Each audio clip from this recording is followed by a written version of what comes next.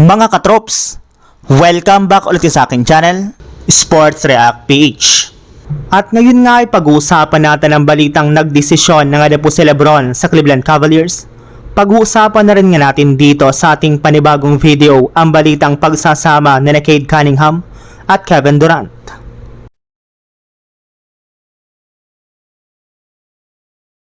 Malapit na nga po na matapos ang second week ng free agency, ngunit hanggang ngayon ay hindi para naman nga po nagdedesisyon ang kampo ni Lebron James kung saan kupunan siya sasali at pipirma ng kontrata.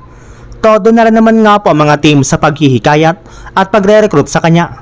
Ayon nga po sa ibinulgar na balita, hindi nga na po si Lebron ang makikipag-usap sa mga teams bagkus ang kanyang mismong NBA agent nga po na si Rich Paul ang makikipagnegosasyon sa mga ito.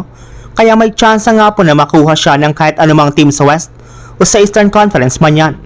Pero kung ang NBA insider nga na po ang inyong tatanungin, base nga po sa kanyang source, meron na nga na po siyang naririnig na kupunan na sasalihan ito at definitely nga na po ay hindi ito Cleveland Cavaliers. Ibig sabihin, mukhang ayaw na nga po ni Lebron na maglaro pa sa kanyang dating kupunan na Cavs ngayong offseason. Mas gugustuhin na lamang nga po nito na maglaro sa ibang team kahit man alam ninyo na merong malakas na lineup ngayon, ang Cleveland Cavaliers. Samantala, punta naman tayo sa ating sunod na pag-uusapan sa balitang pagsasama ni Cade Cunningham at Kevin Durant. Gumagawa na nga po sana mga katrops ang Houston Rockets ng paraan para mas maging competitive na ang kanilang team next season sa pagkuha ng kampyonato. Ayaw na nga po nilang mahulog o ma-eliminate na naman ang team sa first round ng playoffs. Kaya ito na nga po ang mismong dahilan bakit kinuha nila ang ilan sa mga pinakamagagaling na veterano sa buong NBA kagaya ni Bogdan Bogdanovic at Marcus Smart sa free agency market. Gusto nga po nilang bigyan si Kevin Durant ng mas solidong lineup na makakatulong sa kanya para makapasok na sila sa NBA Finals. Ayon pa nga po sa isang NBA analyst, mukhang next season na lamang nga po ang last chance ng Rockets na makumbinsin nila si Durant na manatili sa team ng mas matagal. Kaya kung sakali man nga po na maaga na naman silang mahulog ay inaasahan nga po na lilipat ulit ito ng ibang kupunan.